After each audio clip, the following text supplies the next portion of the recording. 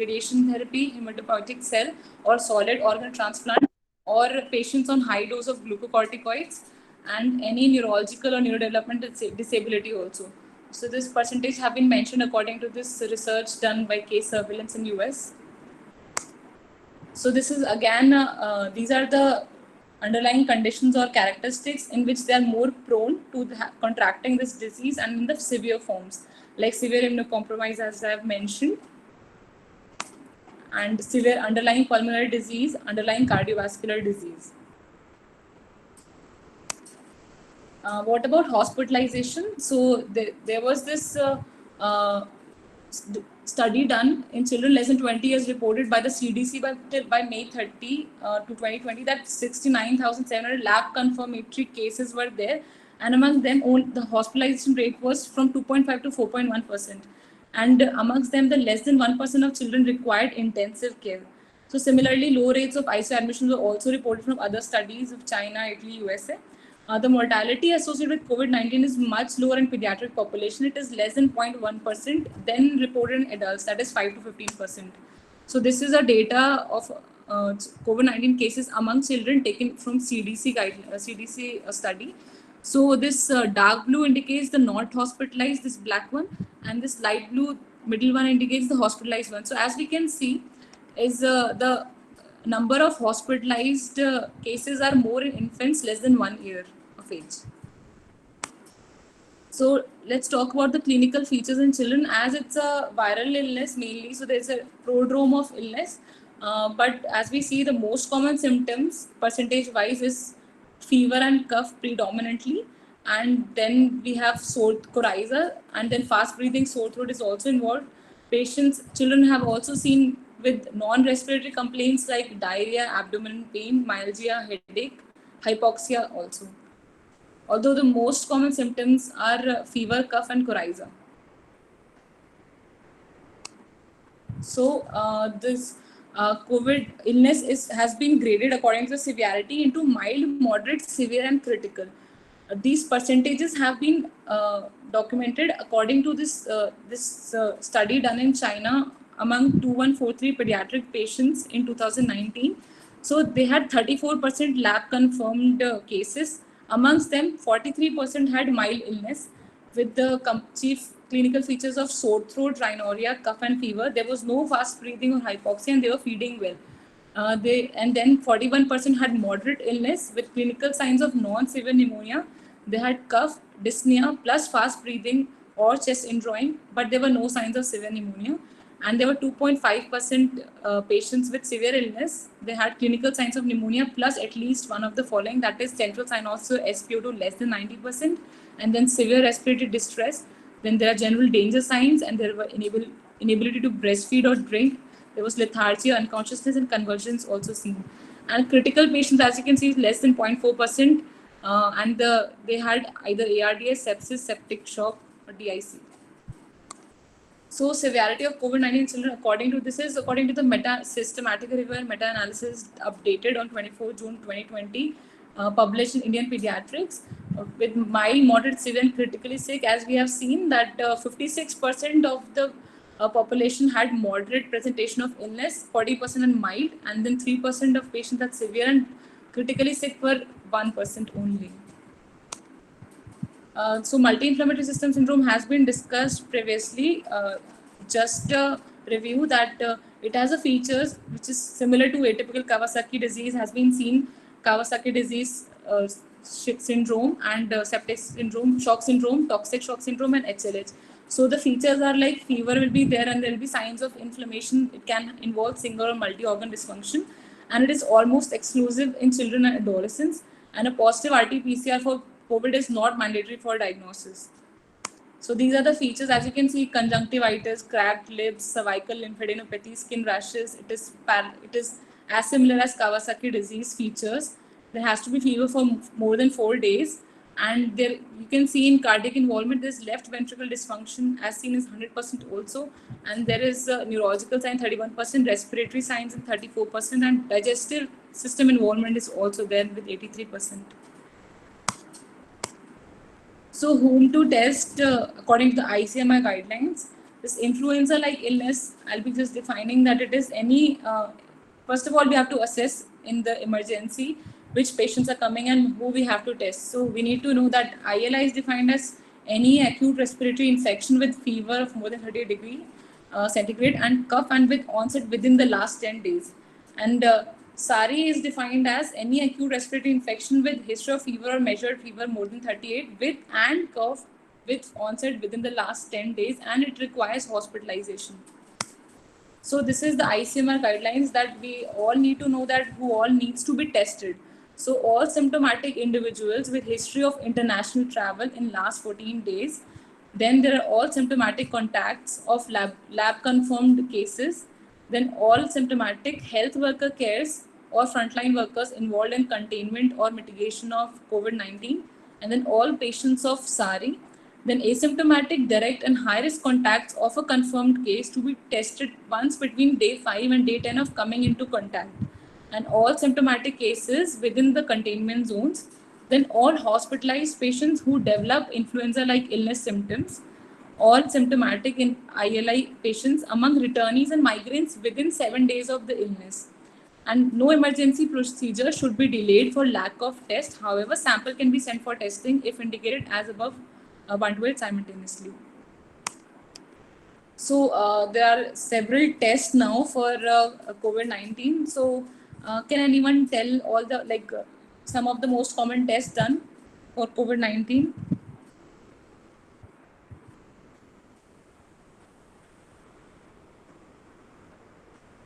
Everybody knows about the gold standard test, but there are new tests also now given by the ICMR. Can anybody comment upon that?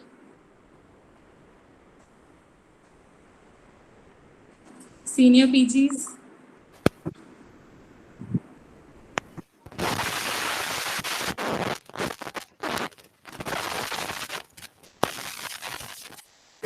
Chirag.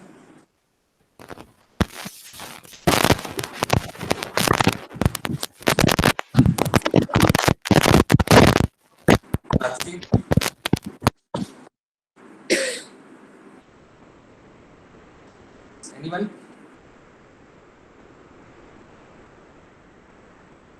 Okay, so there are several various tests now, but then the gold standard is RT-PCR, which is the most widely accepted test. These are all the nucleic acid amplification tests. So isothermal amplification is another test. CRISPR is also there, clustered regularly interspaced short palindromic repeats. And there is recently recommended by ICMS TrueNAT and CBNAT, that is also nucleic acid amplification test. These are all the nucleic acid based tests, but there are other serology based tests also. This is IgG antibody ELISA test. It has a mean duration of seroconversion is 13 days. Actually, it is found positive only after 2 weeks, and it remains positive for several weeks actually. So it is not so good for diagnosis, but it is good for serosurveillance. And there is now a new rapid point of care antigen detection test which is standard Q COVID-19 antigen test. This antigen kit is now with ICMR and AIIMS Delhi in combination. They have started this point of care antigen test. This is relatively moderate sensitivity, but it has a very high specificity. So if at all this point of test is positive, we need not to go for RT-PCR, but this test comes negative, then we do have to confirm with RT-PCR. So radiology we can do CT, there'll be ground glass opacity consolidation seen, and USG is also done lung ultrasound mainly for disease progression. So according to this systematic review, the lab findings in children, the most commonly has been seen, as you see, 25% has seen elevated PCT, and then 16% has seen elevated CRP also is seen. And leukopenia is more common than leukocytosis, and then elevated aspartate transferrin like liver enzymes will also be raised. There'll be elevated ESR also, and these are the most common lab findings seen in children. So let's talk about management. So as you know, we have been till now lingering upon all these guidelines which are coming daily and being updated for this COVID and this evidence based. So nothing is for till now very strong, but which is like confirmatory treatment, but still we according to these guidelines and according to the how the cases have improved, we are going upon. So management includes supportive care is actually the mainstay, because most of the cases are asymptomatic or mild or moderate symptoms. So no established specific therapy as of yet. So WHO emphasizes on development of COVID-19 care pathway at all levels. Infection prevention and control measures should also be taken for all the suspected and confirmed cases. And there are unique challenges in case of children, because the caregiver requirement is needed. So children with suspected or confirmed COVID-19 infection should be kept together with the caregivers wherever possible. And if caregivers also have suspected or confirmed COVID-19 infection and cared for in children-friendly spaces, they should be taking in account specific medical, nursing, nutritional, mental health, and psychosocial support needs of children. So in mild illness, as you know, isolation, primarily we have to go for isolation. It can be either at the healthcare facility or at home also. Supportive care is mainstay, and then rest is needed, adequate hydration, paracetamol. We should avoid NSAIDs, and we should explain the danger signs.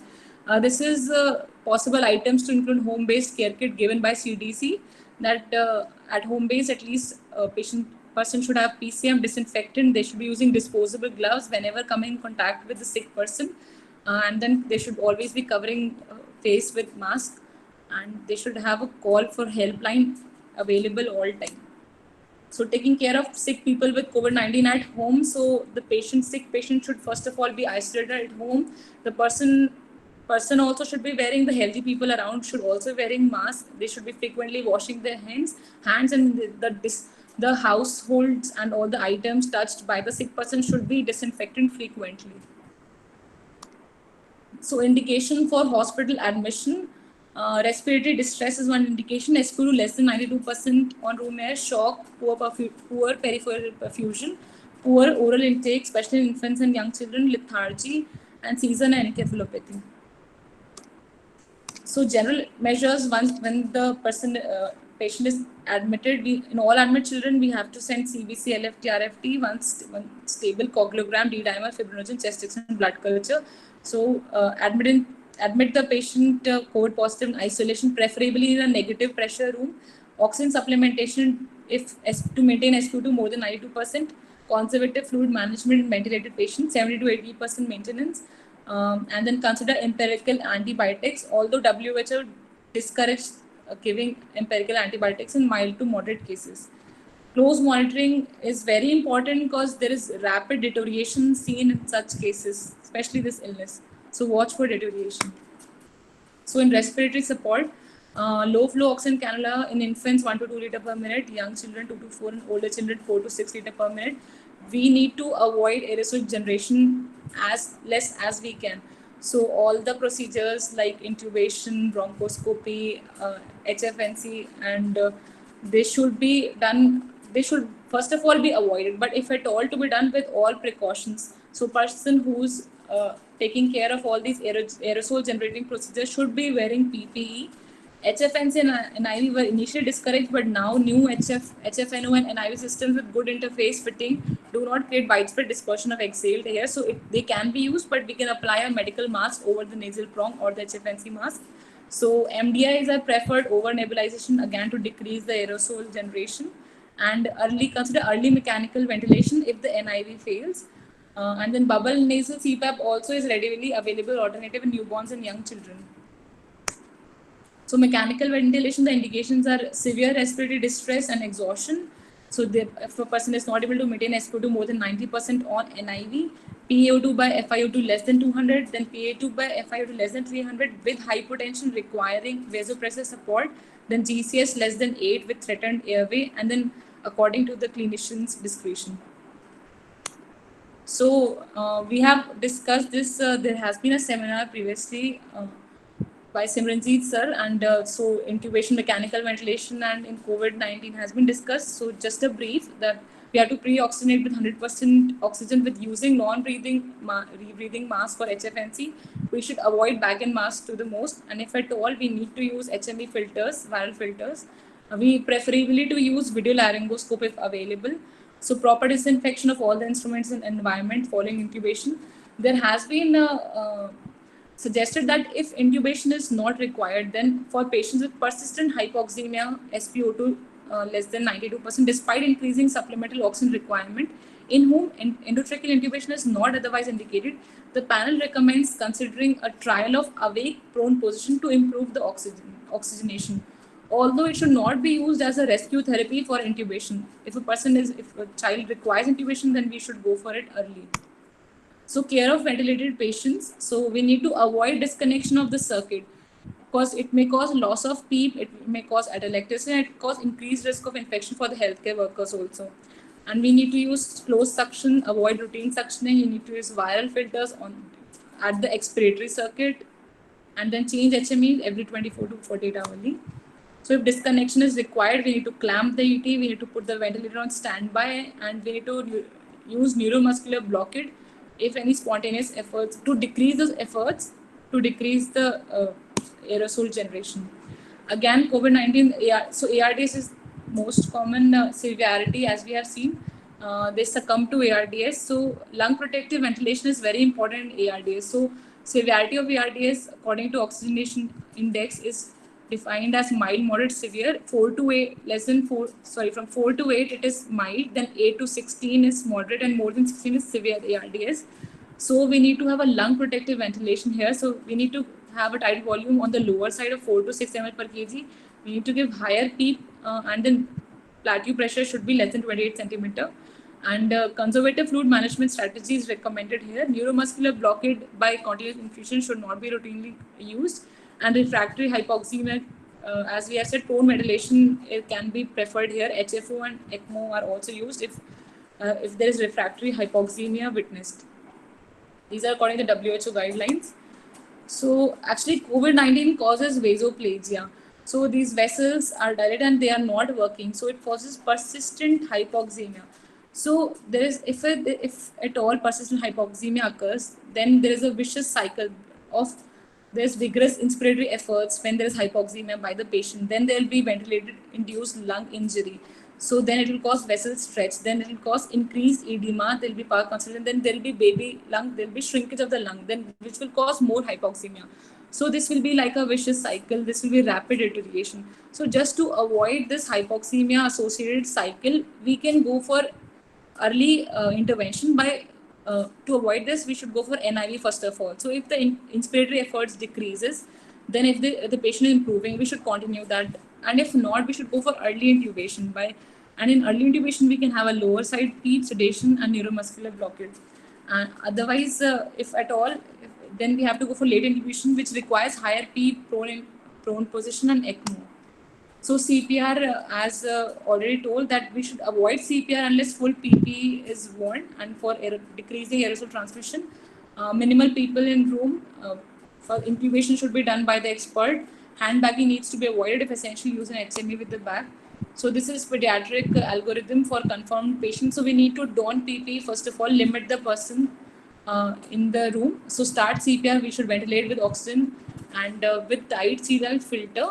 So prepare to intubate, and then the difference is here that we should pause the chest compression for intubation because that will reduce the aerosol if we pause the chest compression. If intubation is delayed at all, we should consider for supraglottic airway or bag and mask devices with filter and tight seal, and we need to connect to ventilator with filter when possible. Rest is the same only. So supportive care in critically ill children is hidden elevation, oral hygiene, early enteral nutrition, glycemic control, Foley's catheter, Riles tube, central venous, and bedsore prevention. These all as we routinely do in ICU management. So specific therapy, let's talk about. So this various mechanism, how the virus enters the cell and how it replicates and how it exits. So at various levels, the drugs act. So let's talk about when it enters it, as you see, it binds with ACE2 receptor. So the chloroquine and hydroxychloroquine drugs, has become very famous now, but what it does is it inhibits the viral entry and endocytosis by multiple mechanisms, and it also has an immunomodulatory effects, and it inhibits the membrane fusion and endocytosis. And there are Camostat, mesylate, Arbidol. These were also done under the trial, but not used now in children especially. And then lopinavir and darunavir, these are also, they actually inhibit 3-chymotrypsin-like protease. So they prevent the polypeptides to convert into non-structural protein. Although they were used in adults, but not in children. Ribavir, remdesivir, and favipiravir, these have been used now in children. Remdesivir is the antiviral used now in children, and the mechanism of action is it inhibits the viral RNA-dependent RNA polymerase. So it inhibits the viral RNA synthesis and replication. And then at tocilizumab, as you know, it is IL-6 receptor. So in cytokine storm, this IL-6 is an pro-inflammatory marker. So tocilizumab binds to the IL-6 receptor and prevents the activation and decreases the cytokine storm. So this is a multi-center initial guidance for use of antivirals for children with coronavirus disease. And this has, the results are supportive care is the mainstay. And in antiviral therapy, if we have to talk about it, there is case-to-case basis according to the potential pediatric risk factors for the disease progression. But if at all we have to use an antiviral, the panel suggests that remdesivir is the preferred agent. Hydroxychloroquine could be used for the patients who do where remdesivir is not available, or where patients who are not candidates for remdesivir. So antivirals should preferably use as a part of clinical trial if at all available. So remdesivir, as we have mentioned, we have discussed the mechanism of action. It should not be also co-administered with hydroxychloroquine or co-administration. It may decrease remdesivir's antiviral activity. So there is one case report now. Till now, we have extrapolated the data from the adult, but now there was case report on an infant, on a neonate, where there was a conclusion where this remdesivir was used because the patient had he had atypically severe, and the illness was very severe, and there was severe airway obstruction with glottis edema also, and ARDS like pictures. So here, infant tolerated remdesivir treatment without complication, and he was discharged home. This was a case report recently published in CAT AAP. Hydroxychloroquine is also recommended, although the ideal use is only under the clinical trial, not recommended in the pediatric group. So the doses are remdesivir is for less than 40 kg, 5 mg per kg on day 1, then followed by 2.5 mg per kg every 24 hours. Should not be used for more than 10 days. It is used from 5 to 10 days only. More than 40 kg, 200 mg IV loading dose on day 1, followed by 100 mg IV OD basis. Hydroxychloroquine also 13 mg per kg doses in infants, and 6, 24 and 48 hours after initial. It should also not be extended further beyond 5 days due to its side effect profile. Lopinavir, ritonavir, according to the panel, it is not recommended. So patient consideration for antiviral decision making, these are the high risk groups like young age, severe immunocompromised, severe underlying cardiac disease or any pulmonary disease or obesity and diabetes, where we can consider antiviral therapy. Tocilizumab, as we have mentioned, it is IL-6 inhibitor. The dose is 8 mg per kg per dose once, and it can be given 12 hours after the first clinical symptoms reverse. So there are adverse effects also. So it should be used only under clinical trial. Other agents like ribavirin, interferon beta, they are not yet used in children.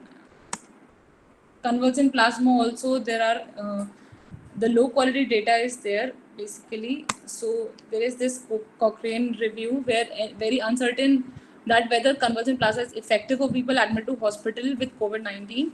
So there was that is shown that the evidence is very low for using plasma. Again, this was a RCT done where study to assess the efficacy and safety of convalescent plasma was done in moderate COVID-19. Again, in children, there is no studies. The use of antithrombotic also in children, it is said, although insufficient data, but in children it has said that we should be using the VD prophylaxis as recommended for other children. There is no specific additional use of VTE prophylaxis in COVID-19. So as we manage the normal children for where there's any thrombotic event and how we give enoxaparin, so the children for COVID children should also be treated the same way. So for use of steroids, so there was this trial, recovery trial. So anybody know where this was conducted? So this was a multicentric trial which was conducted in UK, and this showed that preliminary analysis of 6,000 participants taken, and DEXA was given in 2,000 participants, and 4,000 had a control arm. So as we see is 56% had at least one major comorbidity, and 60% had received supplemental oxygenation.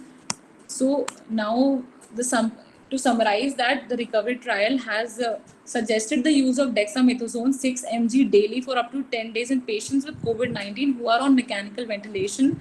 This is a strong recommendation, or those who require supplemental oxygen but who are not on mechanical ventilation. This is and the panel also recommends against use of dexamethasone to treat patients with COVID-19 who do not require supplemental oxygen. Those data are unpublished yet, but the initial analysis of the data from this study has shown the improved result in, especially in the population who are severely sick. So the category sub-analysis was done, and only patients who required oxygen or ventilation were shown to have improvement, but patients who were not on oxygen were not showing improvement in the groups. So they had three groups: dexamethasone versus supportive therapy versus standard care. So in the subgroup analysis, so those patients who had a severe disease with required ventilation and oxygenation has showed significant improvement in the outcome. So as per this NIH guidelines, they recommended to use in severe cases only, those requiring oxygen for rapid recovery. But still, the data has to come and we are published. So everybody is coming up with their new ways to how to get rid of corona. There was one coronel by Baba Ramdev. It was apparently, but this has been discouraged by Ayush, and there are several people are going with various ways of getting rid of corona. And so we need to be, till now, the vaccine also is under the pipeline and has not yet come. But if at all it comes, it will uh, be actually helpful in controlling this disease. And regarding a little about breastfeeding. So there are no contraindications in breastfeeding from COVID positive mothers. We recommend that mothers with suspected or confirmed COVID-19 should be encouraged to initiate and continue breastfeeding.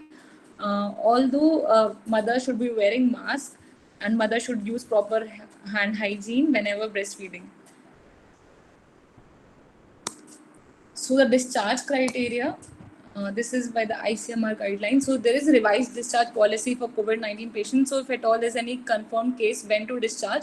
So very mild or mild symptomatic cases like discharge after 10 days of symptom onset and no fever for 3 days. In moderate cases where fever resolved within the 3 days and oxygen saturation was maintained, discharge after 10 days of symptom onset with absence of fever and resolution of breathlessness, and there was no oxygen requirement. In symptoms not resolved and there was demand of oxygen therapy, discharge only after resolution of the clinical symptoms and ability to maintain oxygen saturation for 3 consecutive days. And no RT-PCR is nowadays required before discharge. At the time of discharge, the patient will be advised to isolate himself at home and self-monitor the health for the further 7 days. And in severe cases, discharge only after clinical recovery and patient tested negative once by RT-PCR after resolution of symptoms. So discharge criteria, the basis was actually studies have suggested that viral load goes down over 7 to 9 days of symptom onset. So there is no need to have a discharge test RT-PCR, and the patient can remain positive for many weeks or test positive after negative result also. Discontinue transmission-based precaution and release from COVID-19 care pathways as follows. So when to stop this isolation? For symptomatic patients, 10 days after symptom onset plus at least 3 days without the symptoms, and without fever and respiratory symptoms, patient can stop isolating themselves. And for asymptomatic patients, 10 days after test positive. So prognosis better described in the studies in adults, smoking and non-communicable disease. Although less severity and mortality in children is seen, less than 1% in all the series, higher SOFA score and D-dimer more than 1 mic per liter are associated with higher mortality. Elevated CRP levels also correlate with the severity, as mentioned in one study here in China. And infants are more likely to be hospitalized, although it does not correlate with the severity of the illness. And there's unclear data about the impact of underlying chronic condition in children on severity yet. So the take-home message is children are more likely to have asymptomatic or mildly symptomatic infection and low mortality. Supportive care is the mainstay with a special emphasis on appropriate respiratory support. Adequate environmental and contact precautions are indispensable. No established specific therapy as of yet. A negative RT-PCR not required prior to discharge except in severe cases. And among children, severe cases may be anticipated in infants and those with comorbidities. Vertical transmission from mother to her fetus or neonate has yet to be proven, but case reports of sick neonates exist. Thank you.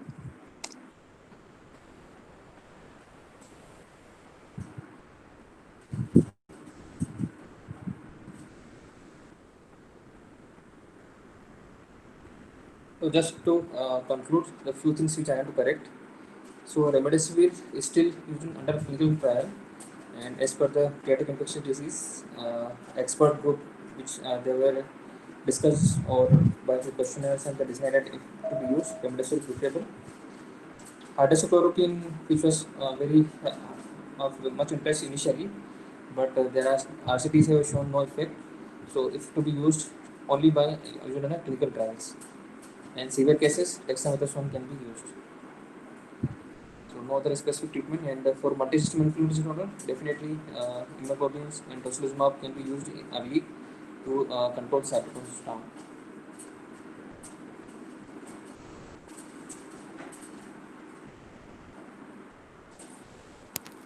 The question I can see here, Harshita, you can go by one. So which test is available in India? RT-PCR is available in India, and these rapid point of care antigen tests are available in India. IgG ELISA kit, you know, is available, and point of care test, the standard Q is available. The manufacturer is in Manesar, Gurgaon only. And so what about which is better, CT or USG? Actually, lung ultrasound is more for during for the use for the progression actually.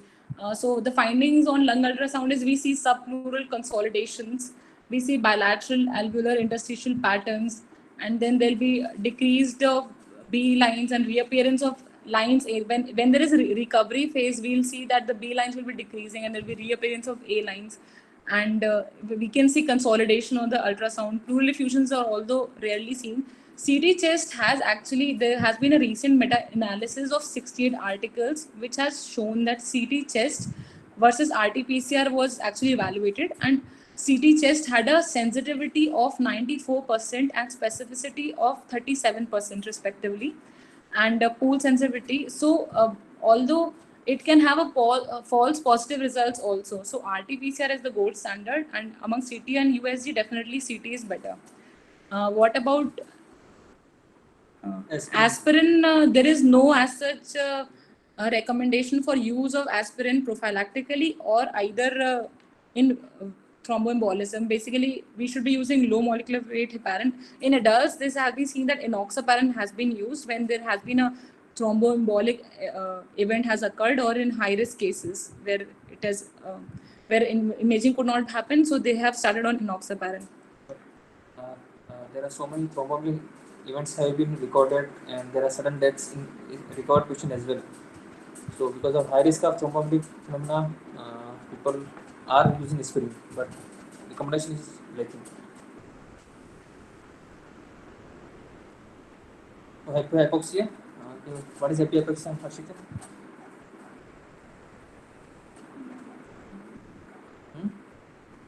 So hypoxia, anybody from the audience?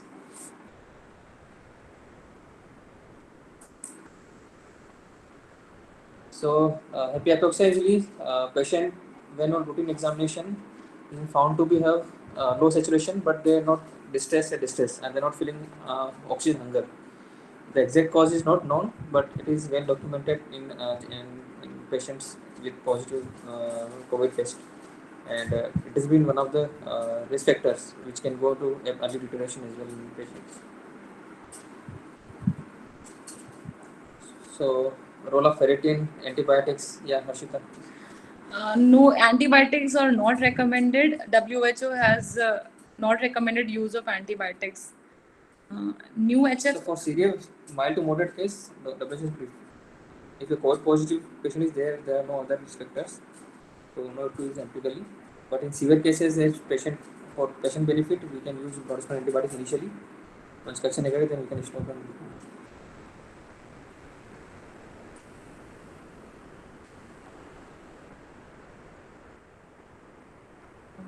New HFNO, high flow nasal oxygen, is just that the new has a better fitting and improved seal, so there is a decreased aerosol generation as given in CDC guidelines that new HFNO, although there is not yet available in India. I think we are using this HFN system is a new HFN. They are good prongs are there, so I think they are the same as new HFN because the system fitting system is very good, compliant and less if creating aerosols. So how do you do awake prone position? Yes, any comments?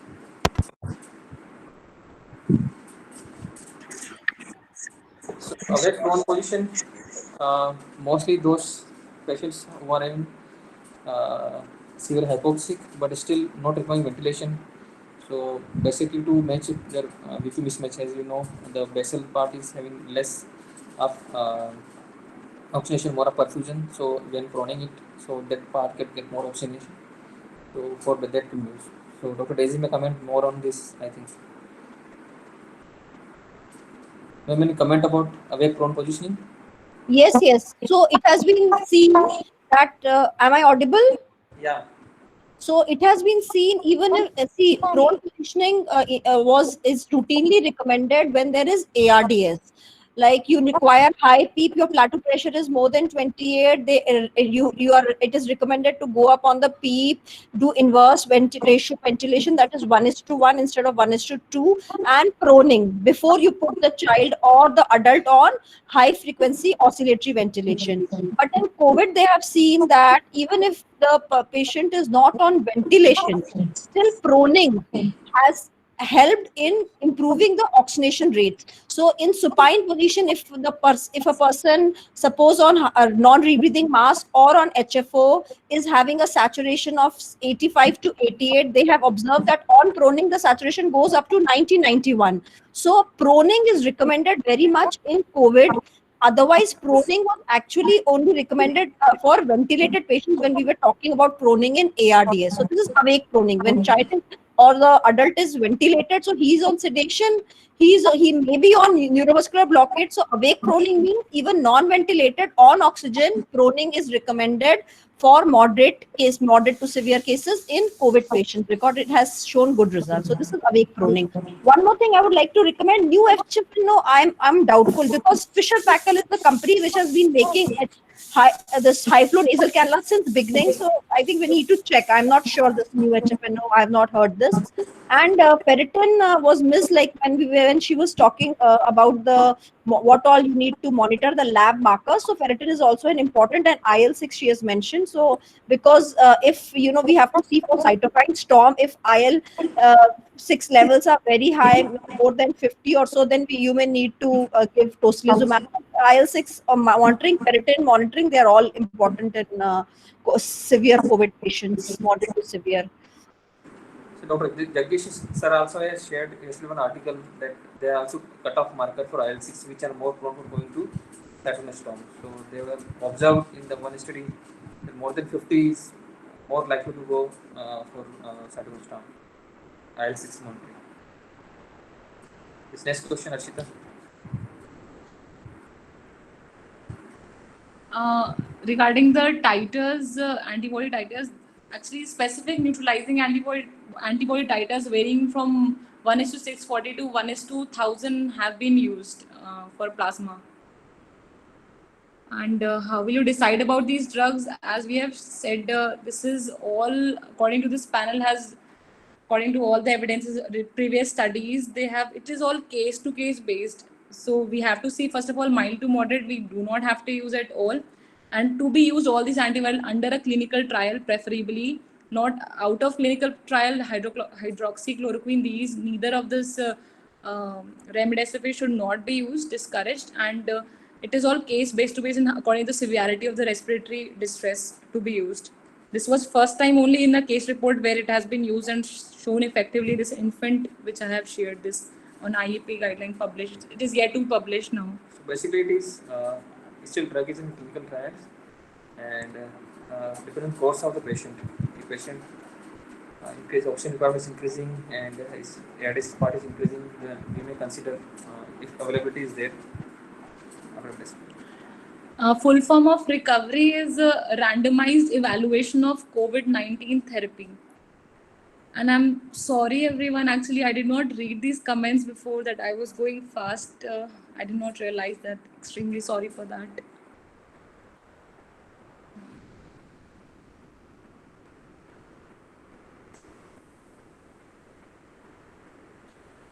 Actually, in this laptop, we're not able to see the comments initially, so the presentation is going on, so we're not able to see so many questions. Cutoff for D-dimer in children. I don't know exact cutoff. Can you mention, please, sir, Jagdish sir, D-dimer exact cutoff?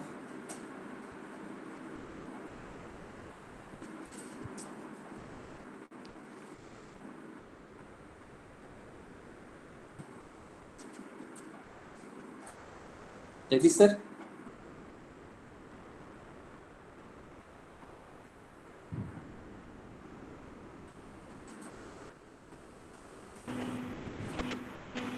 Dr. Jagdish is not there. Harshita will check what is the cutoff of D-dimer and put in the group.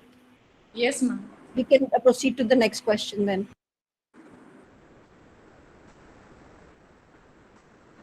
So roll-up state already is discussed.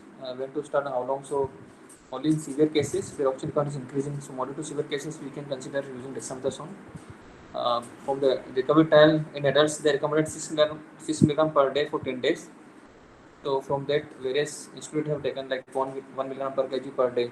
Like we are also using in our child who is admitted with us. See, recovery trial said that those who are on mechanical ventilation, they said 1A recommendation. And I think 1B for those on oxygen. So moderate to severe cases, we can give dexamethasone, but this is all derived from this unpublished recovery trial. So in children also, like we discussed in other COVID hospitals, so they are giving even those all on oxygen, that is considered moderate case. Any COVID positive patient on oxygen. So they're giving 0.1 mg per kg OD for 5 days, although recovery trial said 10 days. So this is all derived from adult.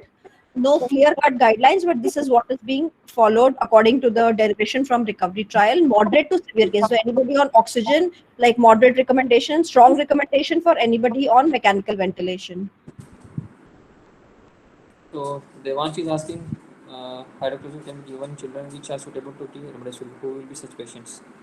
So there are no strict criteria which should be such patient, but when patient is deteriorating fast or having moderate to severe symptoms, and if available drug is there, then you may use till data are coming in the favor of remdesivir. If suppose we are not getting much in favor, then we may in future the guidelines and recommendation may change. Now people advising to practice sleeping in prone position for healthy life. Yes.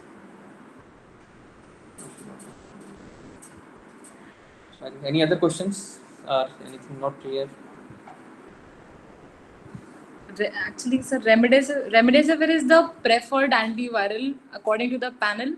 HCQ should be avoided. Actually, it should be used only if remdesivir is not available. So first choice will be remdesivir only, and if at all to use, we should not combine HCQ and remdesivir together because of the side effect profile. Yes, after this actually Lancet study where then later on it was retracted. So HCQ is being given under clinical trials only for now. But you know, these guidelines keep changing. So even in adults in our hospital, they are not giving HCQ. There is one WHO solidarity trial which is going on in our hospital for adult patients. There are 4 arms. So it is interesting to know one arm is getting lopinavir, ritonavir, one arm is getting interferon, one arm is getting was getting HCQ. So that HCQ has been removed from that arm. So the WHO has left to this is a multi-country study, multi-centric trial in many countries. So it has left, WHO has said the units, the sites can decide themselves if they want to give HCQ or not. So HCQ is now actually only under clinical trial, and most of the centers who were giving HCQ have now stopped. So like to share with you, in our institute also, even under clinical trial, they are not giving HCQ in that arm which was being given earlier.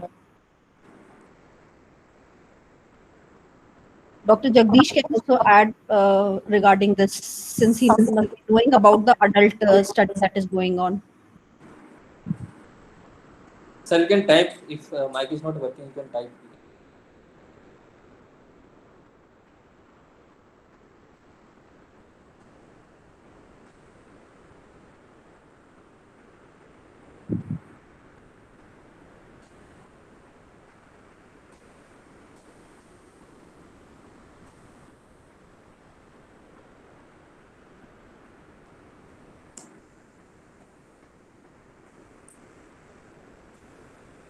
So, if there are no questions, we can conclude the session. So, okay. So, good presentation, Harshita. So, on very short information, you presented well. So, good. Thank you. Thank you, sir. Thank you all.